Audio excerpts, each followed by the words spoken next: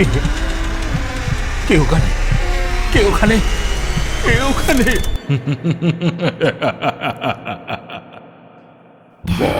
ভুতুরে, যেখানে জীবিত সব চরিত্র।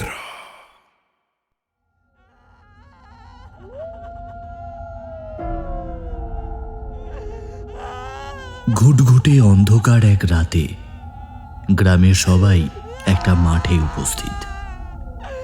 অনেকেরই হাতে মশাল। মাটিতে একটাও ঘাস নেই, বাঞ্জার জমি বলতে যা বোঝায়। গ্রামের সব লোক একটা মেয়ে মানুষকে ঘিরে দাঁড়িয়ে আছে। তার কোলে একটা দুধের শিশু। সে শিশুটিকে আঁকড়ে ধরে আছে। দুই চোখ দিয়ে অবিরাম ধারায় জল পড়ছে। এত লোক দাঁড়িয়ে থাকলেও কারো মুখে কোনো শব্দ নেই। এমন সময় দীর্ঘদেহী লাল বসন পরিহিত এক পুরুষের আগমন হলো। তিনি আসতেই সবাই সরে গেল। সবার মাঝখানে এসে দাঁড়িয়ে হাতে থাকা ত্রিশূল দিয়ে মাটিতে 2-3 বার গর্ত করার চেষ্টা করলেন, কিন্তু পারলেন না। অবশেষে সেই ত্রিশূল সমেত 2 হাত উপরে তুলে বিড়বিড় করে মন্ত্রোচ্চারণ করলেন এবং হঠাৎ এক হুঙ্কার দিয়ে উঠলেন, না, আর কোনো উপায় নাই। তোদের এই গ্রামের খরা মহামারী রুখার জন্য একটাই উপায় আছে, বলি।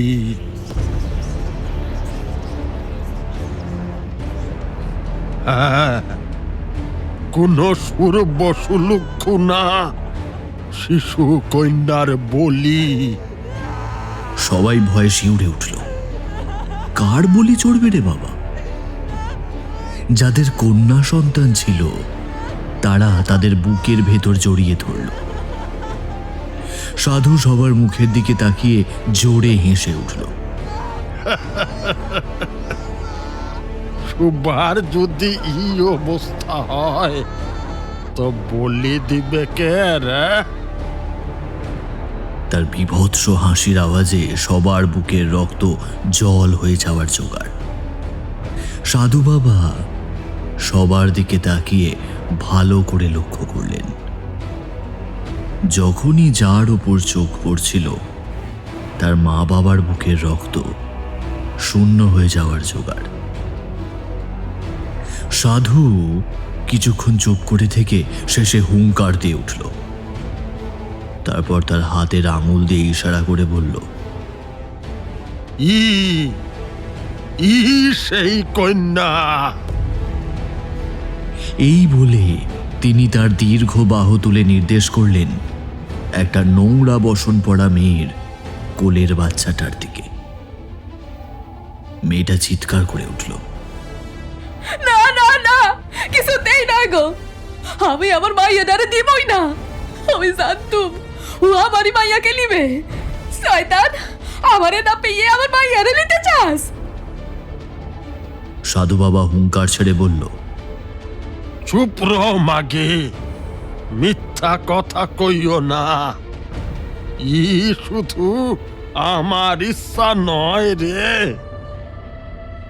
মেয়েটা বাচ্চা কোলে তুলে পালিয়ে যেতে গেলে সবাই মিলে তাকে গোল করে ঘিরে ধরল। সাধু আবারও 2 হাত উপরে তুলে বলল, মা, মা, মা বলি চায়, ই মাটি বলি চায়। ই গ্রামের আকাইছে বাতাইছে যে বিষাক্ত জীবাণু ঘুরি বেড়াচ্ছে, সেগুলো থাইকা রক্ষা পেতে হলি বলির খুব দরকার। জয় মা, জয় মা, মারে মা। মোড়লের সঙ্গে সবাই মিলে মেয়েটাকে বলল, দেখ, তুই আবার মা হতে পারিবি, কিন্তু তোর এই বাচ্চাটার বলি না দিলা আমাদের সর্বনাশ হয়ে যাবে। মেয়েটা বাচ্চাটাকে আঁকড়ে ধরে বলল, আমি আমি আমাকে বাচ্চাটারে দিব না, কিছুতেই না। দেখো, তোমরা দেখো, আর তাহলে তোমাদের বাঁচার কোনো আশা নাই। আমারে কিছু কইও না কিন্তু, আমারে কিছু কইও না। এই কথায় গ্রামের সবার মধ্যে হুড়োহুড়ি পড়ে গেল। হঠাৎই কয়েকজন এসে মেয়েটার চুলের মুঠি ধরে মারতে লাগলো। তারপর এক ঝটকায় বাচ্চাটাকে কেড়ে নিল। মেয়েটা মা, মা, মা, ও মা। বলে চিৎকার করে উঠল। তার মাকে সবাই মিলে ঘিরে রাখলো। সেই সাধুর নির্দেশে সবাই মিলে সেই বাচ্চাটাকে মাটিতে শুইয়ে দিল। তারপর সাধু একপাশে আগে থেকেই তৈরি করা একটা যজ্ঞের সামনে বসল। যজ্ঞের আগুনে 2-3 বার ঘৃতাহুতি দিতেই সেটা দাউ দাউ করে জ্বলে উঠল। সাধু জয় মা, জয় মা, জয় মা করে চিৎকার করে উঠল। তারপর হাত দিয়ে সবাইকে ইশারা করল। গ্রামের সবাই একসঙ্গে জয় মা, জয় মা করে চিৎকার করে উঠল। কিছুক্ষণ পূজা করার পর সাধু ইশারায় সেই শিশু কন্যাকে নিয়ে আসতে বলল। শিশু ভয়ে ক্রমাগত কেঁদে চলেছে। তার মাথায় সাধু হাত রেখে কপালে সিঁদুর দিতেই সে কান্না থামিয়ে হঠাৎই পাগলের মতো খিলখিল করে হেসে উঠল।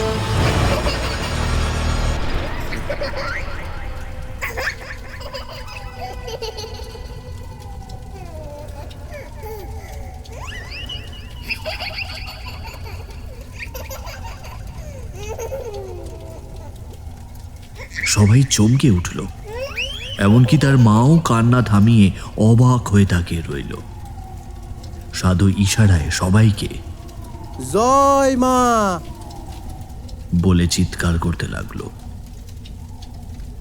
সাধু সেই বাচ্চাটাকে কাছে ডেকে আদর করতে শুরু করলো। মেয়েটা ক্রমাগত হেসে চলেছে, আর সাধুও তাকে ভালো করে আদর করে চলেছে। তারপর হঠাৎই সাধু এক ঝটকায় মাথাটা মাটিতে 2-3 বার বাড়ি মারল।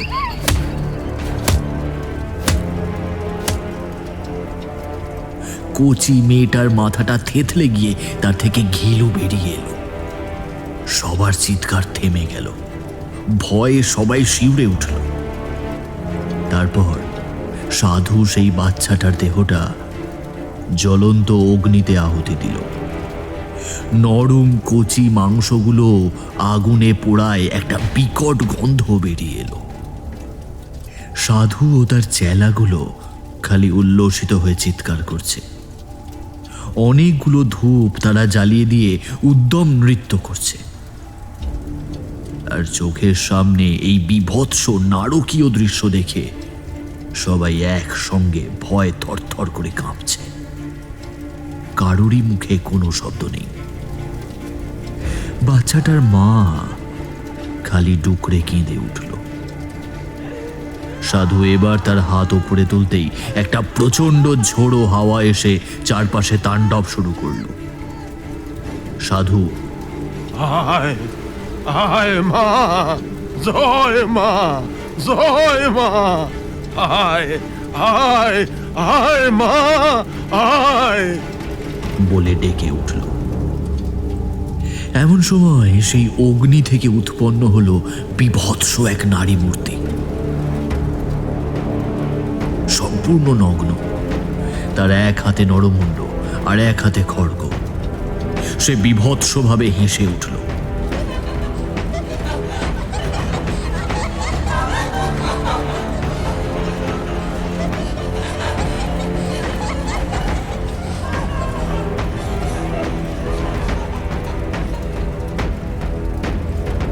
সাধু তার দিকে হাত জোড় করে বলল, মা, মা রে, মা, এই গ্রামকে আবারও সুজলা সুফলা করে দে মা, মারে। সেই মূর্তিটা আবারও বীভৎসভাবে হেসে উঠল।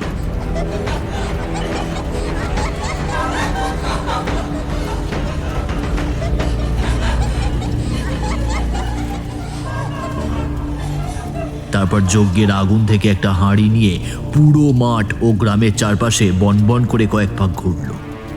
একটা প্রচন্ড ঝোড়ো হাওয়ার তাণ্ডবও সমান তালে চলছিল। তারপর আবারও হেসে উঠল।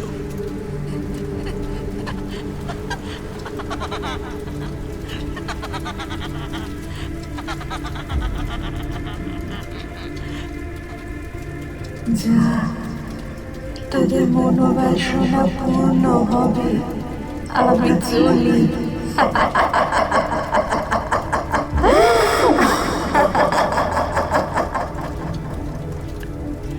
যজ্ঞের আগুন আবারও স্বাভাবিক হয়ে গেল।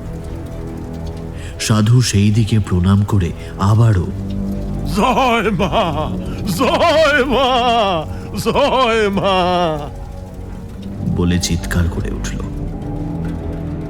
সবার দিকে তাকিয়ে বলল, যা যা, তোরা আজ হতি মুক্ত হয়ে গেলি রে। মা তোদের মনস্কামনা পূর্ণ করিছেন। যা যা যা যা, কাল হতি তোদের সব কিছু আবার আগের মতো হয়ে যাবে। জয় মা, জয় মা, জয় মা, মারে মারে। সবাই তাকে প্রণাম করে বাড়ি চলে গেল। শুধু সেই বাচ্চাটার মা থম মেরে বসে রইল। সাধু পূজা করছিল। হঠাৎই সে একটা ভারী পাথর তুলে তার দিকে দৌড়ে এগোতে গেল। সাধু চকিতে তার দিকে ঘুরে তাকালো। মেয়েটা অমনি চুপ করে দাঁড়িয়ে পড়ল আর বীভৎসভাবে হেসে উঠল।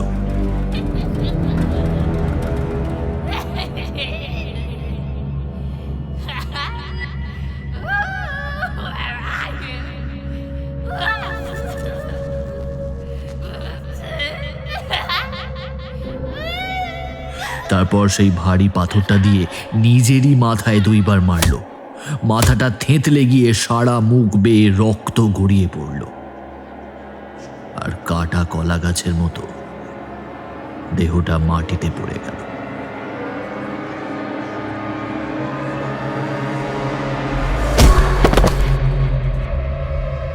সাধুর চেলারা তার দেহটাকে নিয়ে আগুনের মধ্যে ফেলে দিল। দাউ দাউ করে তার দেহটাও জ্বলে উঠল। সাধুর চেলারা সেই জ্বলন্ত মৃতদেহ ঘিরে নাচতে লাগলো। মাংস পোড়ার বিকট গন্ধে চারপাশ ভরে উঠল। সাধু জয় মা, জয় মা, জয় মা, জয় মা, জয় মা, জয় মা করে হেসে উঠল।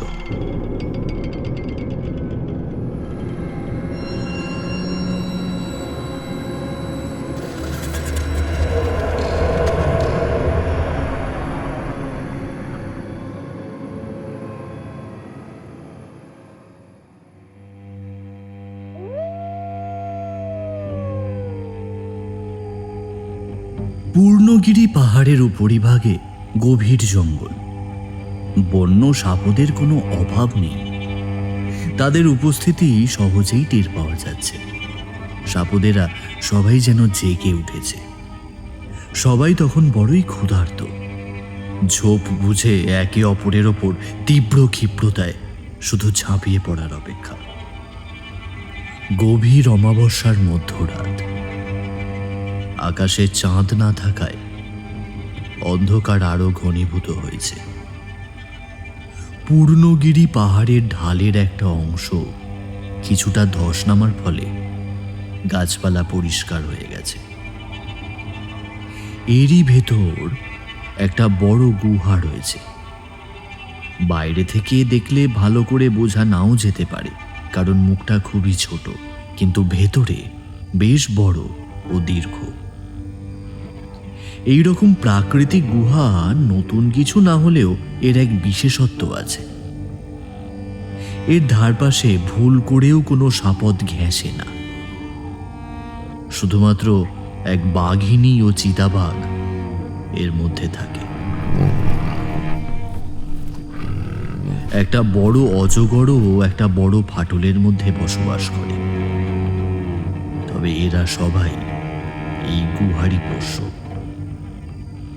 গুহার মধ্যে এক সন্ন্যাসী তার 2 শিষ্যের সঙ্গে থাকেন। তবে সন্ন্যাসী বেশিরভাগ সময় বাইরে চলে যান, কোথায় কেউ জানে না। গুহার মধ্যে মৃদু স্বরে মন্ত্রোচ্চারণ করে চলেছেন সেই মহা তেজস্বী পুরুষ। তার মন্ত্রোচ্চারণের আওয়াজ গুহার বাইরের পরিবেশকে আরো গুরুগম্ভীর থমথমে করে তুলেছে। হঠাৎই তার সামনে জ্বলা যজ্ঞের আগুনের রং লাল হয়ে দাউ দাউ করে জ্বলে উঠল। সঙ্গে সঙ্গে সেই সন্ন্যাসীর মন্ত্রোচ্চারণ বন্ধ হয়ে গেল। তিনি করজোড়ে সেই আগুনের লেলিহান শিখার দিকে তাকিয়ে চিৎকার করে উঠলেন, মা, মা, এ কি হলো তোর? কেন এত রুষ্ট হলি? একটা বিভৎস হাসির আওয়াজে সবাই চমকে উঠল।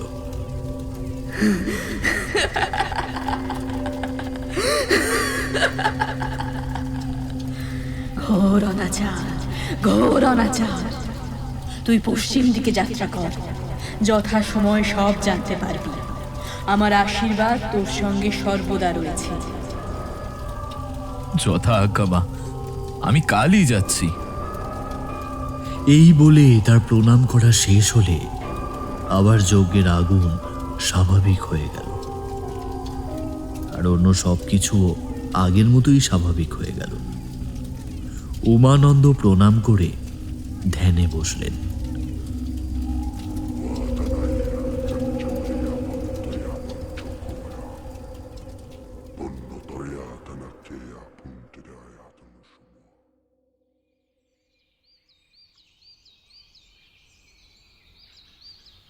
ভোরবেলা গ্রামের সব লোক এক জায়গায় জড়ো হয়ে আলোচনা করছিল। এমন সময় মোড়ল মশাই এসে দাঁড়ালো। এক বৃদ্ধ গ্রামবাসী বলে উঠল, কালিরে আজি সকাল হতি দিকা যাচ্ছে না, কি ব্যাপার কও তো? কাল ওর দুধে শিশুটার বলি হইল, তাই হয়তো দিখা কোথাও বসি কাঁদছে। স্বামীটাও কোথায় যে চলি গেল। ঠিকই তো, ওর মাথা ঠিক থাকবার কোথায় নয়। ওকে নিয়ে চিন্তা করণের কোনো দরকার নাই। হঠাৎই পিছন থেকে একটা বজ্রগম্ভীর শব্দ আসায় সবাই ঘুরে তাকালো। সেই সাধু কপালে রক্তচন্দনের ফোঁটা নিয়ে একটা লাল পেড়ে কাপড় গায়ে জড়িয়ে এসে দাঁড়িয়েছেন। সবাই সসম্ভ্রমে সরে গিয়ে তাকে গাছতলায় বেদির ওপরে বসতে বললেন। তিনি সেখানে উপবিষ্ট হয়ে বললেন, শোনো, ওর সন্তানের ই বলিদানের ফলেই এই গেরাম খরা অজম্মার অভিশাপ হতে মুক্তি পেয়েছে। ও নিজেরে মায়ের পায়ে অর্পণ করিছে, তাই তাই ওকে মা আপন করি নেছে। তোমরা ওর চিন্তা করো না, ও বড়ই মহিয়সী গা। ওর ই ত্যাগ তোমরা কখনো ভুলি যেও না, যেন কখনো ভুলি যেও না। এই বলে তিনি চোখ মুছতে লাগলেন। গ্রামের মেয়ে বুড়ো সবার চোখেই জল ছিল। কালি সত্যি ওর আর ওর বাচ্চার বলিদানের কইতা কোনো ভোলা উচিত লয়। গ্রামে ওর নামে একটা ফলক লাগানো হবে আর মেলাও বসিবে। কি ঠিক আছে তো? সবাই একসঙ্গে বলল, এই হ্যাঁ হ্যাঁ হ্যাঁ, ঠিক ঠিক ঠিক। খুব ভালো পেস্তাব রে মোড়ল, খুব ভালো পেস্তাব। সাধু উপরের দিকে হাত তুলে বললেন, জয় মা, জয় মা, মাগো সবই তোর ইচ্ছা রে মারে। জয় মা, জয় মা। সবাই হাত তুলে প্রণাম করল। ঠিক হলো পরের বছর থেকে এই গ্রামে ওই দিনে পুজো হবে, তার সাথে মেলাও বসবে। এরপর বেশ কিছুদিন চলে গেল, কিন্তু এর মধ্যে গ্রামে যেন একটা মোড়ক লেগে গেল। এই কয়েকদিনের মধ্যে গ্রামের অল্প বয়সী মেয়েরা বেশি মরছিল। সবাই ভয় পেয়ে গেল। কি করবে কিছুই বুঝতে না পেরে তারা গ্রামে একটা সম্মিলিত সভা ডাকল।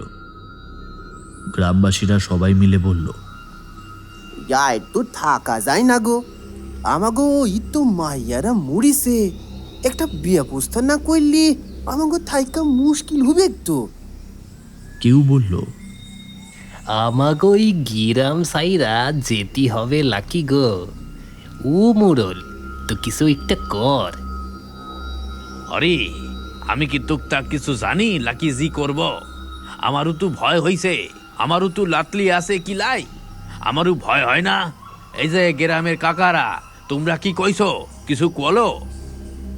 আমরা কি কইব আর, সবাই যা কইবা, তুই যা কইবি তাই হবে।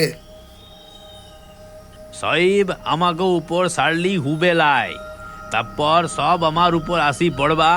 এমনি কিছু হয় আমি বলতে পারি, কিন্তু ই তো জীবন মরণ সমস্যা। সবাই মিলা কও কি হব? হ্যাঁ,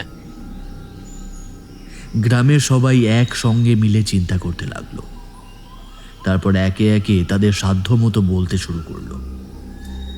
সবার কথা শুনে মোড়ল মশাই বলল, শোনো সবাই, আমি সবাইয়ের কোথায় শুনছি সন্ধ্যা হলি মাইয়া সেলি কোনো বাচ্চা বাইরে বেরোবে না, যতই দরকার পড়ুক। খুব সমস্যা হলি আশেপাশের কয়েকজনকে ডাইকা একসাথে যাইবা, আর বাকি কাজ আমরা কেউই পারবো না। ওটা সাধু বাবারে কইতা হব, বুঝালা? গ্রামের মোড়ল সহ সবাই মিলে একসঙ্গে ওই সন্ন্যাসীর কাছে গিয়ে হত্যে দিল। কি ব্যাপার, একসাথে সবাই আইয়া পড়ছ? কি হইল কহ দেখি। বড় সমস্যা নিয়ে আইছি, সবই তুই জানো। একটা সমস্যা তো গেল, কিন্তু এই যে মহামারীর মতো আমাগো মাইয়ারা মরছে, তাই কি হব? আপনি তাইকা না বাঁচাইলে আর কে আমাগো রক্ষা করবা কন? সাধু একটু চুপ করে থেকে বলল, এর জন্য তোমাকে ঘোর সাধন করতে হইব। আগে আগে মার কাছে জানি কি হইল, তোরা সব কাইল আয়।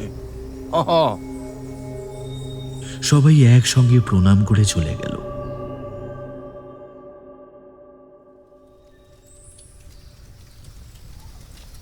পরের দিন সকাল সকাল মোড়ল সহ সবাই এলো সাধু বাবার সাথে দেখা করতে।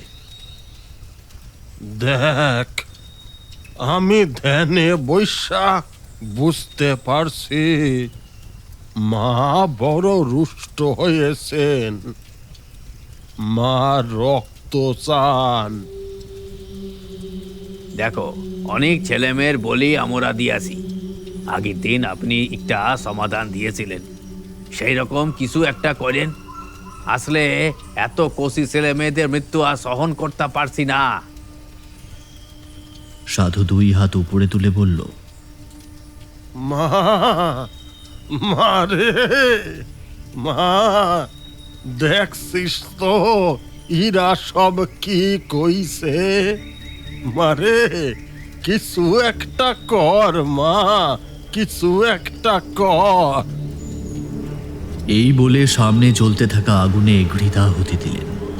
আর সঙ্গে সঙ্গে আগুনের রং পরিবর্তিত হয়ে গেল। একটা প্রচণ্ড ঝোড়ো হাওয়া কোথা থেকে বইতে লাগলো। চারপাশে ভালো করে কিছুই দেখা যাচ্ছে না। সবাই দাঁড়িয়ে থাকতে না পেরে গাছের আড়ালে চলে গেল, কিন্তু সেখানেও ঝড়ের তাণ্ডব নৃত্য শুরু হলো। সেই আগুনের মধ্যে থেকে একটা মূর্তি বেরিয়ে এলো। সম্পূর্ণ নগ্ন মূর্তিটা ক্রমশ বাড়তে বাড়তে বিশাল আকৃতি ধারণ করল। বিভৎস অট্টহাসিতে চারপাশে কান পাতা দায় হয়ে পড়ল। সবাই সামনে তাকিয়ে দেখল মূর্তিটার ডান হাতে আগের দিনের মতোই নরমুণ্ড ঝুলছে। এইবার আগুনের লেলিহান শিখার মধ্যে থেকে মৃত কচি মেয়েরা উঠে আসছে। সেই মূর্তিটা এক এক করে তাদের ধরে ওদের মুন্ডগুলোকে কেটে রক্ত পান করছে। এই বিভৎস দৃশ্য দেখে তাদের মা বাবা বেশিরভাগই আর্তনাদ করে উঠল। অনেকেই জ্ঞান হারিয়ে ফেলল।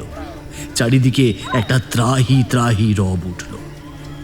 দেখছিস তো, মা রক্ত চায়, আরু আরু অনেক রক্ত। তবেই তোরা ও তোদের চাষবাস ঘর বাড়ি রক্ষে পাবে, না হলি সকলে শেষ। মাকে চটাসলা চটালি চটালি সব বাইর বিপদ হইব। সব গ্রামবাসীরা হাই হাই করে উঠল। আমাকে স্যালাপুলাদের জীবনের বিনিময়ে আমরা কিচ্ছু চাইলা কিচ্ছুলা। ওদের মরামুখ দেখা আমরা বাঁচবা কেমনে? ই কেমন বিচার? বাবা, তুমি আমাদেরই হয়ে কিছু একটা বিহিত করো, দয়া করে আমাকে সন্তানদের রক্ষা করো। মা, মারে, মাগো, মা, ঈদের কিছু একটা বিহিত কর মা, না হলি ইরা মারা পড়ব মারে। সেই বিশাল আকৃতি মূর্তি আবারও বিভৎস একটা হাসি হাসল। তারপর অদ্ভুত অজানা একটা ভাষায় কি সব বলল। সাধু সেটা শুনে হাত তুলে প্রণাম করে বলল, যা তোর ইচ্ছা মারে, যা তোর ইচ্ছা। বাবা, কি কইলা বলো দেহি, কিছুই তো বুঝলা না। একটা উপায় আছে, শুধু একটাই উপায় আছে মায়ের ই ক্রোধটারে আটকানোর। কি উপায় বাবা, কি উপায় কও দেহি? প্রতি অমাবস্যায় একটা করি মাইয়া লাগবো, মায়ের ভোগ্য হবে সে। সবাই শুনে ভয়ে শিউরে উঠল। গ্রামবাসীদের মধ্যে ক্রন্দনের রোল উঠল। এটা কি কইতা হলো বাবা? আমরা তো আমাগো মাইয়াদের বাঁচানোর কইতা বলা আইছিলাম, ই তো ওদের মরণের সমান হয়ে গেল। দয়া করো বাবা, দয়া করো। দয়া করো বাবা, দয়া করো। সাধু বাবা একটা দীর্ঘশ্বাস ফেলে সেই বৃহদাকার মূর্তির দিকে হাত জোর করে তাকালেন। মা, মা গো, মা, একটু রহম কর মা, একটু রহম কর। সেই মূর্তি আবারও কি সব অদ্ভুত ভাষায় বলল। সাধু বাবা মাথা নেড়ে প্রণাম করতেই সেই মূর্তি অদৃশ্য হয়ে গেল। চারপাশে আবারও আগের মতোই সব কিছু স্বাভাবিক হয়ে গেল। শোনো, দেখলা তো, আমি চেষ্টা করছি, কিন্তু কিন্তু মায়ের আদেশ বড় কঠিন। তবে মা তোমাদের কথা শুনেছে, তোমাদের কথা মা শুনেছে। সবাই বেশ গদগদ হয়ে তার দিকে তাকালো। 3 মাস অন্তর একটা মাইয়ার বলি চড়াইতে হইব। প্রীতি আমাবস্যায় দরকার লাই। কি বুঝছস তো? হ্যাঁ? কি খুশি তো? জয় মা, জয় মা, জয় মা। সবাই এ কথা শুনে কান্নায় ভেঙে পড়ল। এরকম করলে কি কইরে হইবে বলো? আমরা কাকে পাঠাইব? সবাই তো আমাগই বুকের পাজর আছে। তবে কি কইরা একজনকেও বলি চড়াইবা বাবু? মোড়ালও কেঁদে ফেলল, হাত জোর করে বলল, বাবা, এইটা কিরকম বিচার মায়ের? ই তো অন্যায়, ঘোর অন্যায়। সাধু বাবা রেগে উঠল। তোদের যত সারণ দেওয়া যায় ততই তোরা মাথায় উঠোস। মা তোদের মাসে 2টা থেকে 3 মাসে 1টা, মাত্র 1টা কইছে।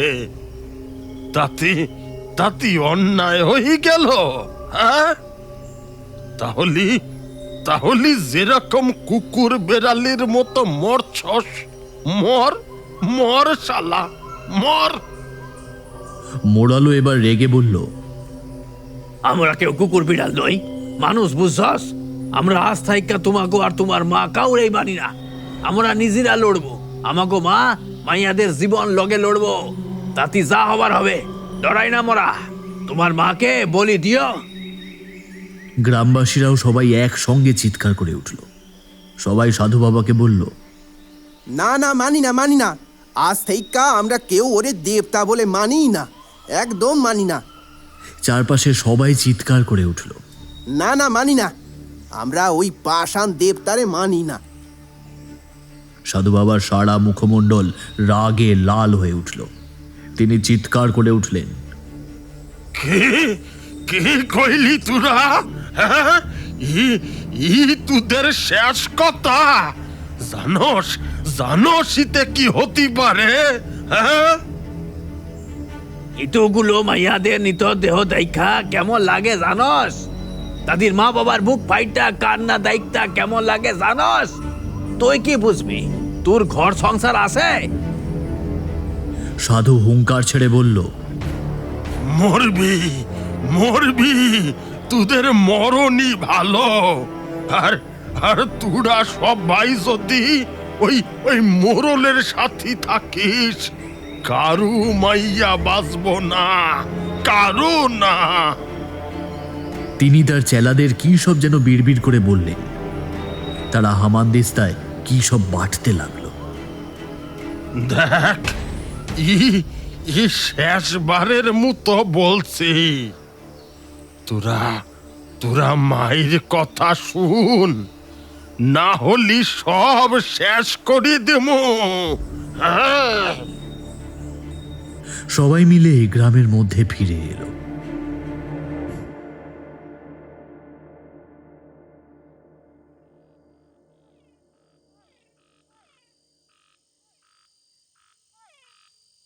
গ্রামে তখন অনেক রাত। সবাই যে যার ঘরে চলে গেছে। শুধু কয়েকজন বৃদ্ধ গ্রামবাসী মোড়লের ঘরে বসে আলোচনা করছে। কি করবা, কিছু কি ভাবছো নাই মোরল? আমি ওই সাধুরে একদম বিশ্বাস করি না। ও কিছু একটা করবো, এটা আমার দৃঢ় বিশ্বাস। আমরা সব বাল বাচ্চাওয়ালা মানুষ, যদি কিছু করে কি করবা? মোড়ল মাথা নাড়ল। কিন্তু আমরাই বা কি করুম? কারে বলি ছড়াইমু কও দেহি? হ্যাঁ, এরই মধ্যে ওই পিশাচিনীর গব্বে কতকগুলো মাইয়ার বলি চলি গেল। সে কথা ভাবলি দুঃখে বুকটা মোসর দিয়া উঠে। তাহলে আমরা কি ওদের কথাই মেনে নিমু? তাহলে তো কখনো লা, এটা হতে পারে না। আমরা কখনোই আমাদের মাইয়াদের নিজ হাতে বলি চড়াইতে পারুম না। এটা হতে পারে না, কিছুতেই না। তোমরা কিসের মরদ কও দেখি? হ্যাঁ, কিসের মরদ? জেনে রেখো, আমরা শেষ অব্দি লড়ুম, শেষ অব্দি। হঠাৎই ঘর থেকে মোড়ালের বউ বেরিয়ে এসে বলল। এমন সময় কড়কড় করে কাছেই কোথাও বাজ পড়ল।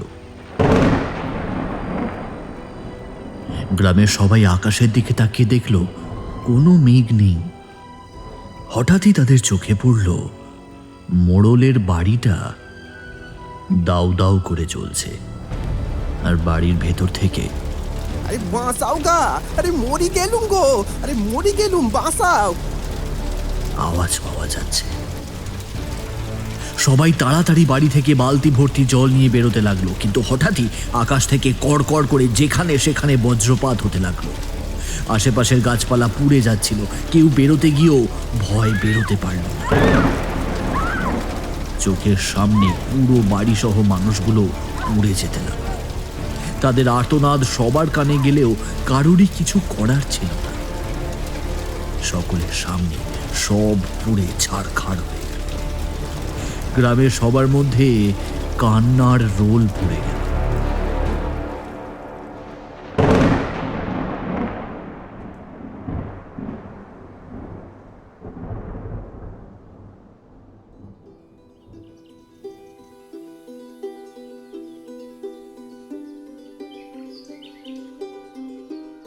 উমানন্দ সকালে উঠে মাকে প্রণাম করে তৈরি হয়ে নিলেন। শিষ্যরা আগে থেকেই ঝোলায় মন্ত্রতন্ত্রের জিনিসপত্র গুছিয়ে রেখেছিল।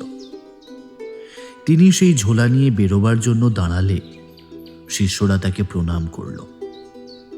তারপর হাত জোড় করে কাঁদো কাঁদো মুখে তাকে জিজ্ঞাসা করল, আবার কবে আসবেন গুরুজি?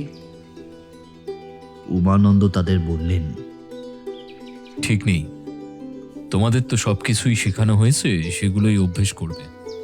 রোজ মাকে মন প্রাণ দিয়ে ডাকবে, কোনো সমস্যা হলে তিনিই রক্ষা করবেন। আমি তাহলে আসি, কল্যাণ মস্ত। তিনি তাদের আশীর্বাদ করে মায়ের আদেশ অনুসারে পশ্চিম দিকে যাত্রা করলেন। গন্তব্যস্থল অজানা, শুধু মনের মধ্যে একটাই বিশ্বাস, মা ঠিক পথ দেখাবেন।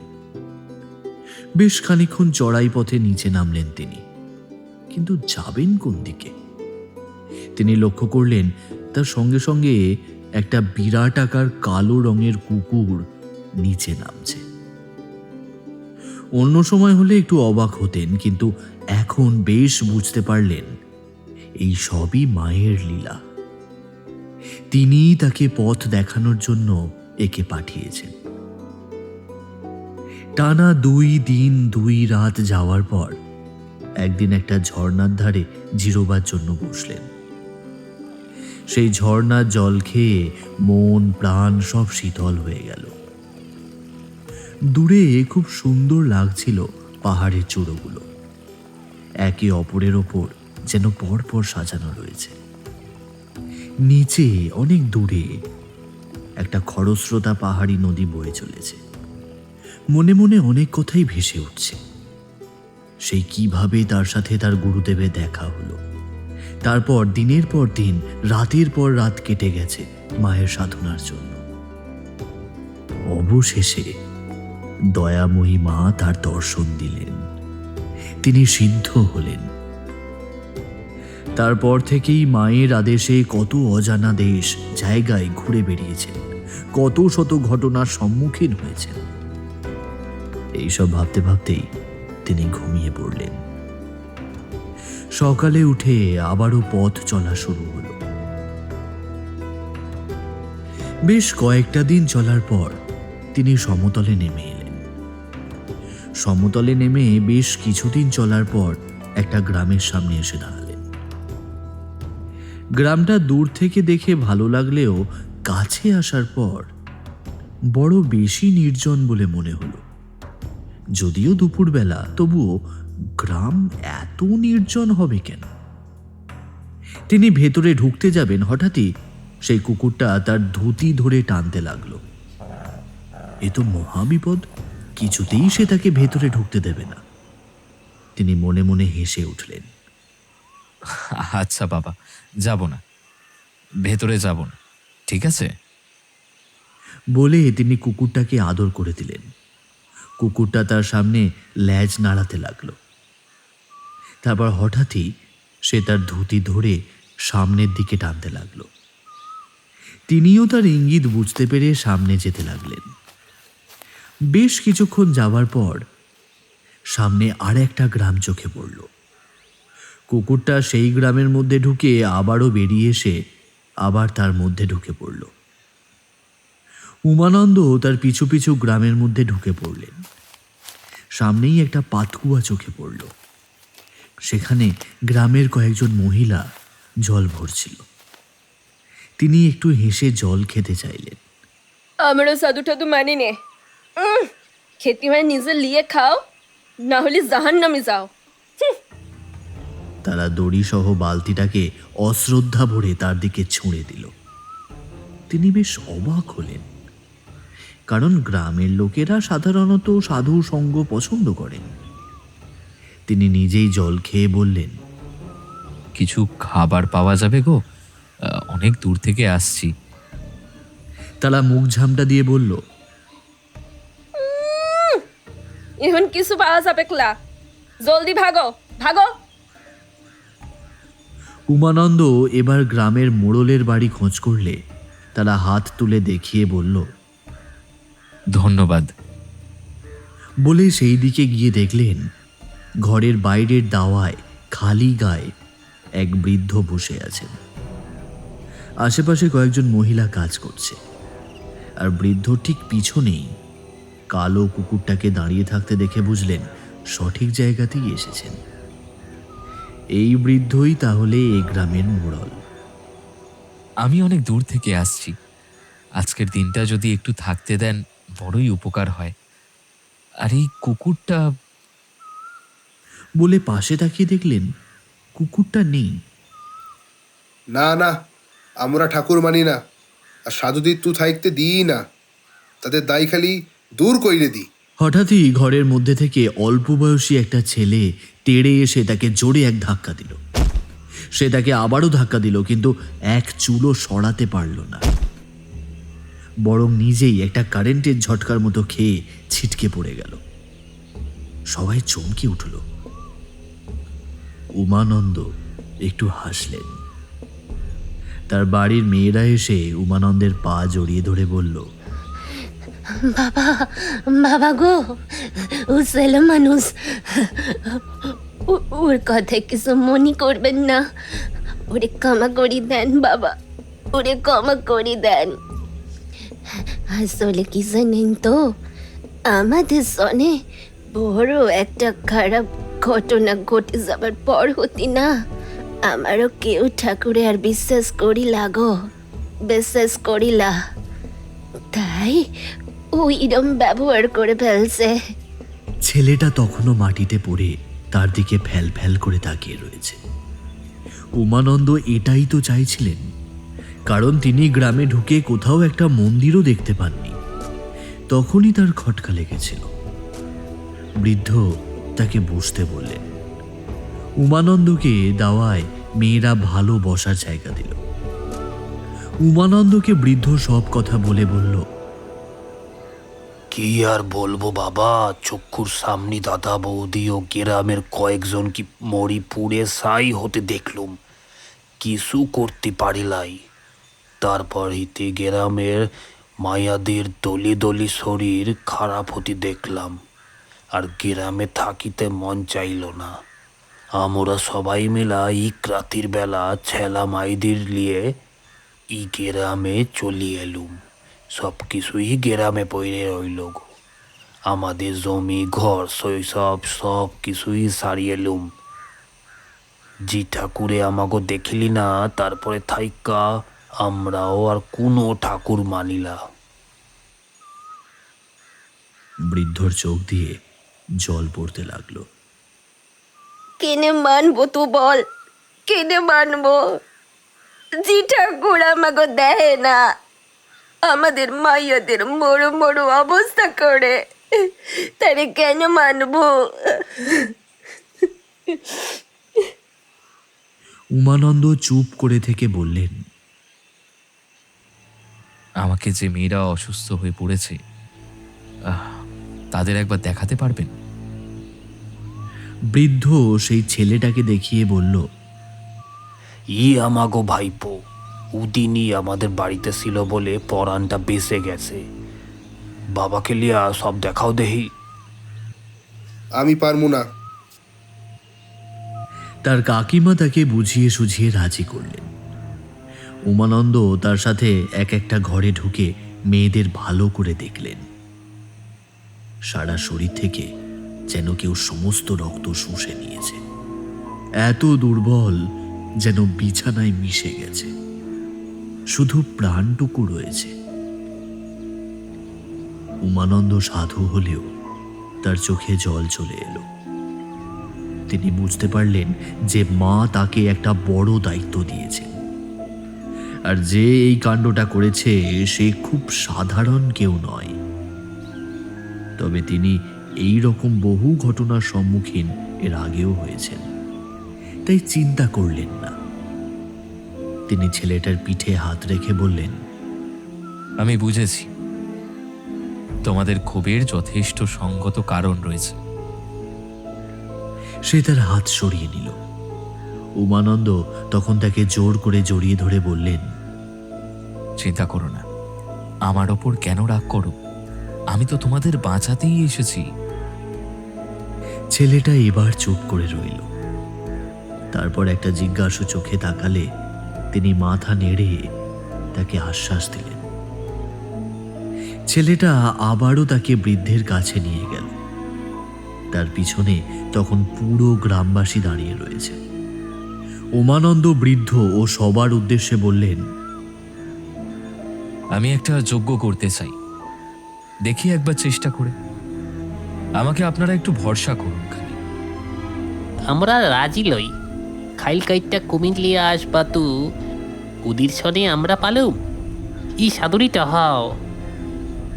উমানন্দ বারবার অনুরোধ করা সত্ত্বেও সবাই বিরোধিতা করছিল। না, ই সাধু যজ্ঞ করবা। আমাদের মাইয়াদের কি অবস্থা তোমরা দেখছো না? কুমির তো ভেতরে এসে পাইরাছে, তাহলে আবার ডর কিসে শুনি? সাধু বাবা একবার আমোদের জন্য নিজেরও তো ঝুঁকি নিচ্ছে, তাহলে আমরা কেন সাথ দিব না? মোড়ল সবাইকে বোঝাবার চেষ্টা করলেও কেউ কোনো কথাই শুনল না। ছেলেটা তখন চিৎকার করে বলে উঠল, তোমাদের কাছে আর কোনো উপায় আছে? বাবা তাও একবার চেষ্টা করি দেখতে চান? দেখেন না, এমনি তো আমরা মইরা আছি। খালকাইটা কুমির আনছ কিন্তু। সাধুর লোকিরা দায়িত্বে গেছে, তারপর থাইকাই তো ই অবসয়া। কুমির তো আইসা পড়ছে, এবার ভাগানোর ব্যবস্থা শুধু বাকি। সবাই চুপ করে রইল। পুরা গেরাম আপনার সনে আছে। এবারেও সবাই চুপ করে রইল। ভাইপোকে উমানন্দ পিঠ চাপড়ে জড়িয়ে ধরলেন। কথা হয়ে গেল উমানন্দ সেই রাতেই যজ্ঞ করবেন। উমানন্দ মোড়লের ভাইপোকে কিছু নির্দেশ আগে থেকেই দিলেন। যজ্ঞের আগে মোড়লের ভাইপোকে দিয়ে কতগুলো মন্ত্রের বই মানে পাঁচালি আনিয়ে সবার মধ্যে বিতরণ করা হয়েছিল, যাতে ওই সময় পড়া হয়, কারণ কারোর বাড়িতেই এইসব ছিল না। উমানন্দ তারামাকে প্রণাম করে যজ্ঞে বসার আগে সবার উদ্দেশ্যে বললেন, আমি শুরু করলে তোমরাও মন্ত্রোচ্চারণ শুরু করবে। ভাইপো সহ সবাই আগে থেকেই সবকিছু সাজিয়ে রেখেছিল। তিনি যজ্ঞ শুরু করলেন। মনে মনে তিনি মায়ের প্রণাম মন্ত্র জপ করতে করতে ঘৃতাহুতি দিতে শুরু করলেন। গ্রামবাসীরাও সবাই মিলে পাঁচালি পড়তে শুরু করল। চারপাশের পরিবেশে একটা গভীর ভক্তির ভাব ছড়িয়ে পড়ল। হঠাৎই সারা আবহাওয়াটা যেন কেমন থম মেরে গেল। চারপাশে কোনো গাছের পাতা নড়ছে না, সাপোদেরাও কোনো শব্দ করছে না। বিরাট এক দুর্যোগের আগে গুমোট পরিবেশ যেমন থাকে ঠিক সেই রকমই অবস্থা। একটু পরেই হঠাৎই শোঁ শোঁ শব্দে প্রচণ্ড ঝোড়ো হাওয়া বইতে শুরু করল।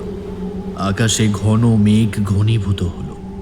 সেই মেঘ ক্রমশ কুণ্ডলি পাকাতে লাগলো আর কড়কড় করে বজ্রপাত শুরু করলো। বৃদ্ধ মোড়ল আকাশের দিকে তাকিয়ে দীর্ঘশ্বাস ছাড়ল, তারপর বলল, আবার সেই দিনের মতো অসুস্থ হচ্ছি, সে আইতাছে। তার কথা শুনে গ্রামের বাকিদের গলা শুকিয়ে গেল। তারা কাঁপা কাঁপা গলায় পাঁচালি পড়তে লাগলো। সত্যি সেই ঘন মেঘের মধ্যে থেকে বীভৎস হাসির আওয়াজ পাওয়া গেল। সেই আওয়াজ শুনলে অতি বড় সাহসীর বুকও ভয় কেঁপে ওঠে। উমানন্দ দাঁতে দাঁত চেপে এক মনে মায়ের নাম জপ করতে করতে আগুনে ঘৃতাহুতি দিচ্ছিলেন। সেই মেঘের কুণ্ডলী চারপাশের আকাশে ছড়িয়ে পড়ল না, বরং ক্রমশ এক জায়গায় ঘনীভূত হতে লাগলো, আর সেটা ঠিক যজ্ঞস্থলের উপরেই। এবার সেটি এক জায়গায় জড়ো হয়ে নিচের দিকে নামতে লাগলো। উমানন্দ সেটা লক্ষ্য করেই নিজের হাত দুটো জড়ো করে ওপরের দিকে তুলে ধরলেন। তার নামা ধীরে ধীরে বন্ধ হলো। আবারও সেই কান ফাটানো বীভৎস মহিলার হাসির আওয়াজ শোনা গেল। হঠাৎই একটা বিদ্যুতের ঝলক এসে উমানন্দের গায়ে লাগতে যাচ্ছিল। তিনি কোনো মতে সরে গেলেন। সেটা পাশের জায়গায় পড়ে আগুন ধরে গেল। এই সুযোগে সেই মেঘের কুণ্ডলী এসে চারপাশ ঘিরে ফেলল। তিনি আর কিছুতেই সামলাতে পারলেন না। চারপাশে সেই মেঘের ঘূর্ণি সব তছনছ করে দিচ্ছিল। যজ্ঞের আগুন নিভে গেল, সব কিছুই ছত্রাকার হয়ে গেল। উমানন্দের দিকে ক্রমাগত বিদ্যুতের ঝলক এসে পড়ছিল। তিনি নিজেকে বাঁচানোর জন্য আপ্রাণ চেষ্টা করছিলেন, কিন্তু কিছুতেই পারছিলেন না। সেই মেঘের কুণ্ডলী এবার বিরাট জায়গা জুড়ে এক বিশাল ঘূর্ণির রূপ নিল। এবার সেই ধোঁয়ার কুণ্ডলী তাকে ঘিরে নিল। উমানন্দ আর নিজেকে সামলাতে পারলেন না। তারপর আর কিছুই দেখা গেল না। যজ্ঞস্থল সহ সবকিছুই তছনছ হয়ে গেল। গ্রামবাসীরা যে যেদিকে পারল প্রাণ বাঁচাতে পালালো। কিরে উমা, ওঠ ওঠ উমা, দেখ আমি এসেছি। হঠাৎই একটা মহিলার কণ্ঠস্বর তার বড় চেনা লাগলো। জড়ানো কণ্ঠস্বরে তিনি বললেন, কে কে কে মা তুমি? চেনা লাগলেও বুঝতে পারছি না। আমি তোর আরাধ্যা দেবী তারা। ওঠ, দেখ আমি এসেছি। শুয়ে থাকলে হবে উমা? তোর দিকে কত লোক তাকিয়ে আছে, তুই তাদের জন্য কাজ কর। তুই তো তাদের ভরসা উমা। মানুষের কাজে যে আমার কাজ রে পাগলা। আমি তো চেষ্টা করেছিলাম, পারলাম না মা। ওরা বড্ড শক্তিশালী। তুই চেষ্টা করেছিলি, কিন্তু তোর পদ্ধতি ভুল ছিল। তুই আগে থেকে না জেনে কেন এগিয়েছিলি? আগে তো জানবি তুই কার সাথে লড়েছিস। তুই মনে মনে আমাকে জিজ্ঞাসা করলেই আমি তোকে বলে দিতাম রে। আত্ম অহংকার কখনো ভালো নয় উমা। আমার ভুল হয়ে গেছে মা, আর হবে না। ওটা কে ছিল, আর তাকে কিভাবেই বা পরাজিত করব? ও আমারই এক রূপ, বজ্রযোগিনীরই সঙ্গী, বজ্রবর্ণিনী বা বজ্র ডাকিনী। ওদের অনেক শক্তি। কিছু নিম্ন শ্রেণীর সাধকেরা ওর সাধনা করে অনেক শক্তি লাভ করে, তাই ওদের সঙ্গে সহজে তোরা পারবি না। মা, আমাকে বিস্তারিত ব্যাপারটা বলো, তাহলে আমার বুঝতে সুবিধে হবে। শোন তাহলে। বহুদিন আগে সেই পাল যুগে বৌদ্ধতান্ত্রিক নারোপা ও তার সাধন সঙ্গিনী নিগু দেবী ছিলেন। তারা আমার বজ্রযোগিনী মূর্তি পুজো করতেন। তান্ত্রিক নারোপা ও তার সাধন সঙ্গিনী আমাকে জ্ঞান স্বরূপিণী মাতৃকা রূপে পূজা করতেন। নারোপার পূজিতা দেবী কালে কালে নারো ডাকিনী বা নিগু দেবী পূজিতা দেবী বজ্রযোগিনী বলে পূজা পেতে থাকে। কালে কালে বাংলার কালী মূর্তির সঙ্গে তাদের একটা মিল খুঁজে পাওয়া যায়। কালী মূর্তির যেমন ডাকিনী যোগিনী দুই সহচরী থাকে, আমারও ওই রূপের তেমনই দুই সহচরী বজ্র বর্ণিনী ও বজ্র বৈরোচনী। ওরা এরই উপাসক। এরা মনুষ্য তথা জীবের রক্ত পান করে। ওই নিম্ন মার্গের সাধুরা এদের এইভাবে তুষ্ট করে, পরিবর্তে অনেক শক্তিই পায়। তবে সেটা আমাকে পেলে যা শক্তি, তার তুলনায় কিছুই নেই। কিন্তু আমি তো তোমার নাম নিয়ে এগিয়েছিলাম। তোকে কি বললাম? তুই তো তোর প্রতিপক্ষকে না চিনেই এগিয়েছিলি। এবারে তুই আমারই রূপ বজ্রযোগিনী দেবীর পূজা কর, আর আমি তোকে সব পদ্ধতি বলে দিচ্ছি, তুই সেই মতো বুদ্ধি করে এগোবি। এই বলে মা তার কানে কানে সব মন্ত্র ও পদ্ধতি বলে দিলেন। যা, ওঠ, ওদের উদ্ধার কর, তোর কল্যাণ। এতক্ষণ তিনি মায়ের সঙ্গে কথা বললেও চোখ খুলতে কিছুতেই পারছিলেন না। মায়ের আওয়াজ মিলিয়ে যেতেই আরেকটা কণ্ঠস্বর তিনি শুনতে পেলেন, তার বড় পরিচিত সেই পুরুষ কণ্ঠস্বর। বাবা, ওঠো ওঠো বাবা, তাড়াতাড়ি ওঠো গা, ও বাবা। একটা হালকা আওয়াজ পেয়ে এবার তিনি চোখ খুলে দেখলেন সেই ভাইপো তার পা ধরে ডাকছে। চোখে মুখে জল দেখে বুঝলেন সেই জল দিয়ে জ্ঞান ভাঙানোর চেষ্টা করেছে। তিনি উঠে দাঁড়িয়ে চারপাশে তাকিয়ে দেখলেন পাশে একটা নদী বয়ে চলেছে। তার মানে সেই ঘূর্ণিটা তাকে তুলে নদীতেই ফেলতে গিয়েছিল। মায়ের কৃপায় তিনি জীবন রক্ষা পেয়েছেন। মনে মনে আবারও মাকে প্রণাম করলেন। তার শরীর এখন যেন খুব ভালো লাগছে। শরীরে যেন 100 হাতির বল। শরীর একদম ফুরফুরে, যেন কিছুই হয়নি। সবই মায়ের কৃপা। জয় মা। বাবা, সবাই চলে গেলেও আমি যাই নাই। আমি তোমারে খুঁজতি খুঁজতি শেষে কি করি যেন এখানে পেয়ে গেল। তিনি ছেলেটাকে বললেন, সব বুঝতে পেরেছি। বাবা, আমরা কি আর রক্ষী পামু না বাবা? বাবা গো। ঠিকই বলেছ, আমি একবার শেষ চেষ্টা করে দেখতে চাই। আমাকে তুমি সেই জায়গায় নিয়ে যেতে পারবে? ছেলেটা উত্তেজিত হয়ে বলল, কেন পারবো না বাবা? আমিও তো তাই চাই গো। তুমি আমারে বলো দেহি আর কি করতে হবে, যা বলবা সব করব। তার উৎসাহ দেখে উমানন্দ কতগুলো জিনিসপত্র জোগাড় করতে বললেন। ছেলেটা তাকে ওই দিকের রাস্তা দেখিয়ে সেই সব জোগাড় করতে চলে গেল। উমানন্দ ওখানে পৌঁছে চমকে গেলেন। দেখলেন সব গ্রামবাসী ওখানে উপস্থিত। তারা সবাই তাকে দেখে হৈ হৈ করে উঠল। তোমরা গ্রামে ফিরে যাওনি? বাবা, আপনি আমাকে জন্য এত ঝুঁকি নিলা, আর আপনি কে ফেলে আমরা চলে যাবো? আমরা এত নিমো খারাপ লইগা, আপনি আমাকে শেষ ভরসা। আমরা একটা শেষ চেষ্টা করতে চাই, আপনি যদি দয়া করে আর একবার চেষ্টা করেন। উমানন্দ লাফিয়ে উঠে বললেন, আরে আমি তো এটাই বলবো ভেবেছিলাম, আমি আবারও যজ্ঞ করব।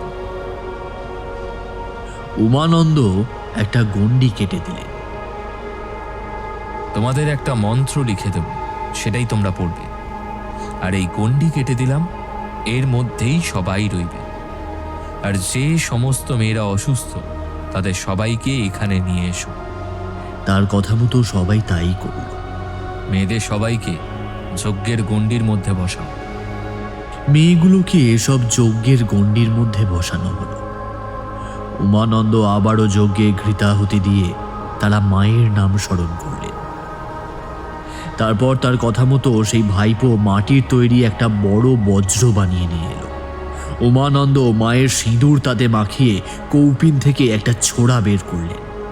তারপর নিজের বাম বুকে সেটা অল্প করে বসাতেই গল গল করে রক্ত বেরোতে লাগলো। সবাই একসঙ্গে চমকে উঠল। তিনি ছেলেটাকে মাটির পাত্রের মধ্যে সেটা সংগ্রহ করতে বললেন। বাকিটা ওই বজ্রতে মাখিয়ে দিলেন। আরও কিছুটা রক্ত হাতের তেলোতে করে মায়ের শেখানো বজ্র যোগিনী দেবীর মন্ত্র জপ করতে করতে যজ্ঞের আগুনে ফেললেন। যজ্ঞের আগুনের রং এবার পরিবর্তিত হয়ে সবুজ হয়ে গেল। তিনি এবার হুঙ্কার দিয়ে উঠলেন, আয়, যদি সাহস থাকে তো আয়, দেখি তোর কত শক্তি, আয়। কিন্তু সময় চলে গেল, কিছুই হলো না। উমানন্দ কিছুটা অবাক হলেন। গ্রামবাসীরাও কিছুটা অধৈর্য হয়ে উঠল। কি হলো কারোরই বোধগম্য হচ্ছিল না। উমানন্দ ছেলেটাকে ডেকে কানে কানে কিছু কথা বললেন। সামনে বজ্রসহ সব উপকরণ তিনি ঢেকে দিলেন। সে আবারও গ্রামবাসীদের হাতে সেই পুরানো পাঁচালি তুলে দিল। তারা আবারও সেটাই পড়তে লাগলো। উমানন্দ আবারও চিৎকার করে উঠলেন, জয় মা, এটা সব ভয় পেয়ে গেছে, রণে ভঙ্গ দিয়েছে। সঙ্গে সঙ্গে আবারও সারা আকাশ জুড়ে জমাট মেঘ ধেয়ে এলো। মেঘ ঘনীভূত হয়ে কুণ্ডলি পাকিয়ে সেই জায়গার উপর জড়ো হচ্ছিল। চারপাশে কড়কড় করে কয়েকটা কান ফাটানো শব্দ করে বজ্রপাত হলো। এমন সময় উমানন্দের ওপর সেই মেঘের কুণ্ডলি ক্রমশ নিচের দিকে নামতে লাগলো। আবারও সেই বিভৎস নারী মূর্তিকে বিদ্যুতের আলোয় দেখা গেল। তার কান ফাটানো হাসির আওয়াজে সবার কানের পর্দা ফেটে যাওয়ার জোগাড়। সাথে সাথেই ঝড়ের তাণ্ডব বেড়ে গেল। চারপাশে পরপর বজ্রপাত হতে থাকায় কয়েকটি গাছ দাউ দাউ করে চলে উঠল। বনজন্তুর দল ভয় পেয়ে যে যেদিকে পারল পালিয়ে গেল। গ্রামবাসীরা ভয় থরথর করে কাঁপতে কাঁপতে মায়ের পাঁচালি পড়তে লাগলো। এবার উমানন্দ বজ্রসহ সব আনুষঙ্গিক উপকরণের ওপর থেকে চাপা দেওয়া কাপড় সরিয়ে নিলেন। তিনি গ্রামবাসীদের ইশারা করতেই সবাই আবারও বজ্রযোগিনী দেবীর মন্ত্রোচ্চারণ শুরু করল। উমানন্দ দুই হাতে বজ্রটাকে তুলে ধরে সেই দিকে তাক করে ধরলেন। মনে মনে বজ্রযোগিনীর মারণ মন্ত্র জপ করতে লাগলেন। এবার মেঘের কুণ্ডলী প্রথমে থেমে গেলেও পরে আবারও তা 2-3 টুকরোয় ভেঙে নিচের দিকে নামতে লাগলো। তার প্রচণ্ড বেগ ও শক্তিতে মনে হচ্ছিল ধরিত্রী এই মুহূর্তেই ধ্বংস হয়ে যাবে। তার সাথে সাথে সেই নারী কণ্ঠের কান ফাটানো হুঙ্কারে গ্রামবাসীরা আরো আতঙ্কে জমে গেল। উমানন্দ চারপাশে তাকিয়ে দেখলেন, এই বাবা, আমি এখানে। উমানন্দ ইশারা করতেই সে গ্রামবাসীদের সঙ্গে নিয়ে মাটির তৈরি বজ্রে পাত্রে রাখা মন্ত্রপুত রক্ত মাখিয়ে সেই দিকে তাক করে ছড়তে লাগলো। বৃদ্ধরা আবারও উমানন্দের শেখানো বজ্রযোগিনী দেবীর মন্ত্র জপ করছিল। মুহূর্তের মধ্যে সমস্ত মেঘের কুণ্ডলী ছত্রভঙ্গ হয়ে যেতে লাগলো। একটা নারী কণ্ঠের আর্তনাদ চারিদিকে ছড়িয়ে পড়ল। উমানন্দ বজ্রটাকে 2 হাতে শক্ত করে ধরে উঠে দাঁড়িয়ে হুঙ্কার ছড়ে বললেন, জয় মা বজ্রযোগিনী, বজ্রযোগিনী দেবীর জয়, জয় নিঘু দেবীর জয়, জয় বজ্র হুঙ্কারের জয়। 2 পক্ষের মধ্যে তুমুল যুদ্ধ শুরু হয়ে গেল। পরপর বজ্র এসে উমানন্দের বজ্রের ওপর পড়তে লাগলো। অন্যদিকে উমানন্দের মারণ মন্ত্র তাদের শক্তি ধ্বংস করতে লাগলো। পাশাপাশি গ্রামবাসীদের ছোড়া বজ্রের আঘাতে কিছুক্ষণের মধ্যেই তারা ছত্রভঙ্গ হয়ে গেল। ধীরে ধীরে আকাশ থেকে বজ্র বৃষ্টি কমে এলো। এর কিছুক্ষণের মধ্যেই সেই মেঘের কুণ্ডলীও ধীরে ধীরে পরিষ্কার হয়ে গেল। উমানন্দ দাঁতে দাঁত চেপে বজ্রটাকে শক্ত করে ধরে রইলেন। তার শরীরে এখন যেন 10,000 হাতির বল। বজ্রের কোনো আঘাতই তাকে কিছু করতে পারল না। নারী কণ্ঠের তীব্র আক্রোশের শব্দে চারপাশের সবাই কেঁপে উঠল। তারা আবারও শেষ চেষ্টা করল। কিছুক্ষণ এই ভয়ঙ্কর যুদ্ধ চলতে লাগলো। এরপর উমানন্দ মাটি থেকে ছোট্ট একটা বজ্র তুলে নিয়ে মনে মনে মারণ মন্ত্র জপ করে আবারও উপরের দিকে ছুঁড়ে মারতেই সেই নারী কণ্ঠের তীব্র আর্তনাদ চারপাশে শোনা গেল। গ্রামবাসীরা তখনও সেই বজ্র উপরে ছুঁড়ে যাচ্ছে। এর কিছুক্ষণ পর নারী কণ্ঠের সঙ্গে আরো কয়েকটি পুরুষ কণ্ঠস্বরের আর্তনাদ শোনায়। সবাই ভীত সন্ত্রস্ত হয়ে পড়ল। ঠিক কি ঘটছে কেউই বুঝতে পারছিল না। ধীরে ধীরে সব আওয়াজ মিলিয়ে গেল। সবাই ভয়ে ভয়ে উপরের দিকে তাকিয়ে রইল আর কিছু হয় কিনা দেখার জন্য, কিন্তু আর কিছুই হলো না। কিছুক্ষণের মধ্যে প্রকৃতি একেবারে শান্ত হয়ে গেল।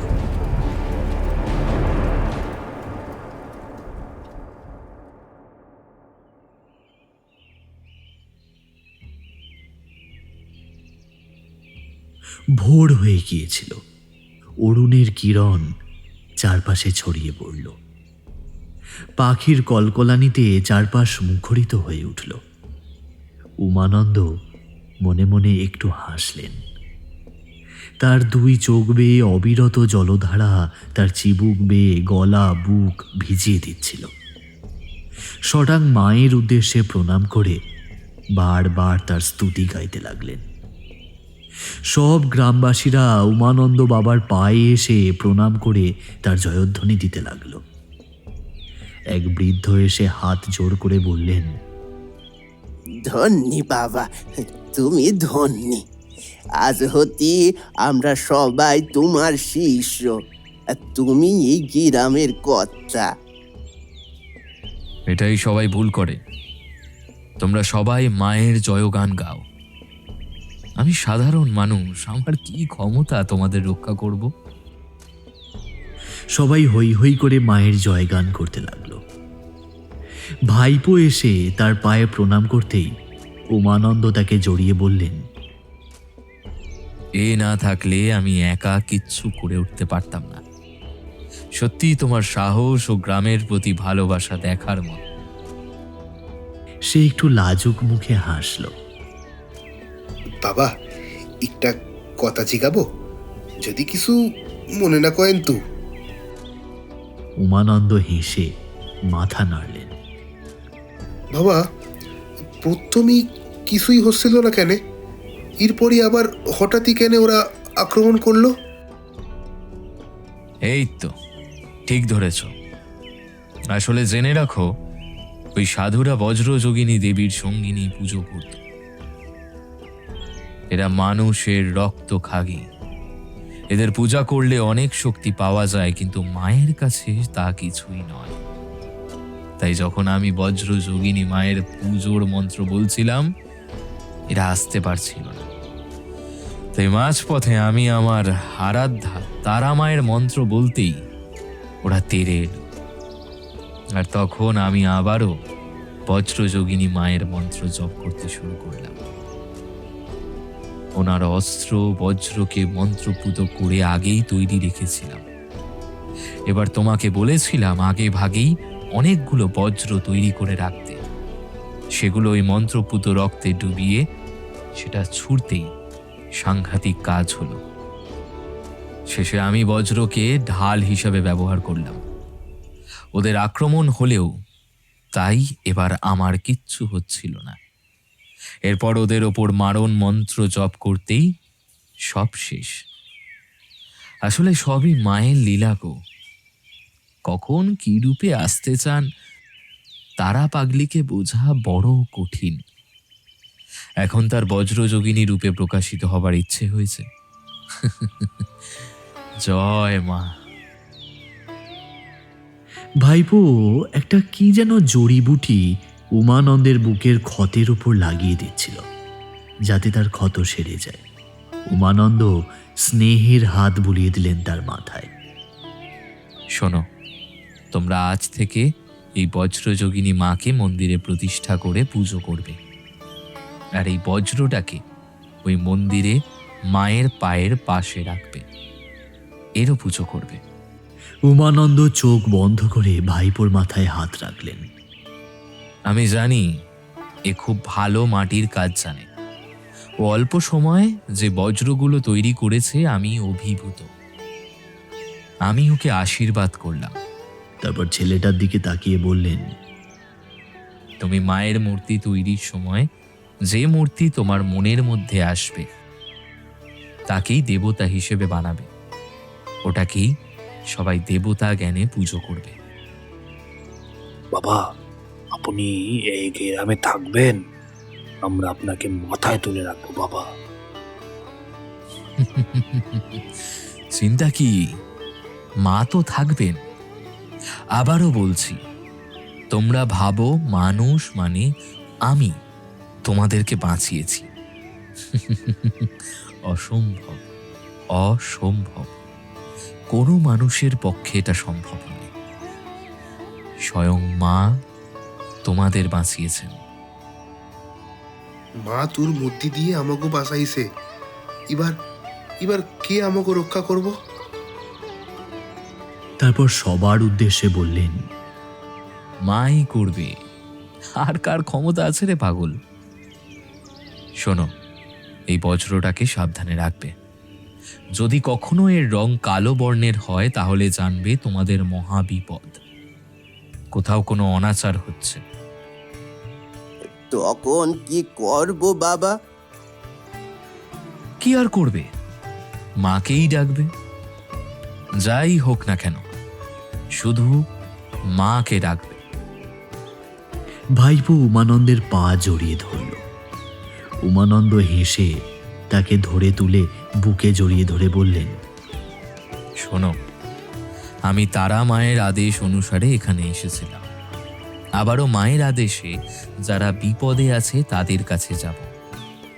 আর মনে রাখবে, আমার গুরু একটা কথা বলতেন, বহতা হুয়া পানি और चलता हुआ সন্ন্যাসী हमेशा अच्छा होता है। তাই আমাকে যেতেই হবে। তোমরা সৎ পথে থেকো সর্বদা, কেমন? কল্যাণ মস্ত। সবাই এসে তাকে প্রণাম করে দাঁড়ালেন। তিনি হেসে তার ঝোলা তুলে নিলেন। কয়েকজন কিছু ফল মূল তাড়াতাড়ি করে আরেকটি ঝোলায় গুছিয়ে দিল। সেই মহিলা যিনি তাকে জল দেননি এসে প্রণাম করে বললেন, বাবা, বাবা, আমার হাতে একটু জল খেয়ে যাও, না হলে আমার পাপ হবে বাবা, আমার পাপ হবে। উমানন্দ হেসে তারও ইচ্ছা পূরণ করলেন। তারপর সকলে শাশ্রু নয়নে তাকে বিদায় জানালো। সকালের নরম রোদ মারিয়ে তিনি হাঁটতে হাঁটতে একসময় সকলের চোখের অন্তরালে মিলিয়ে গেলেন।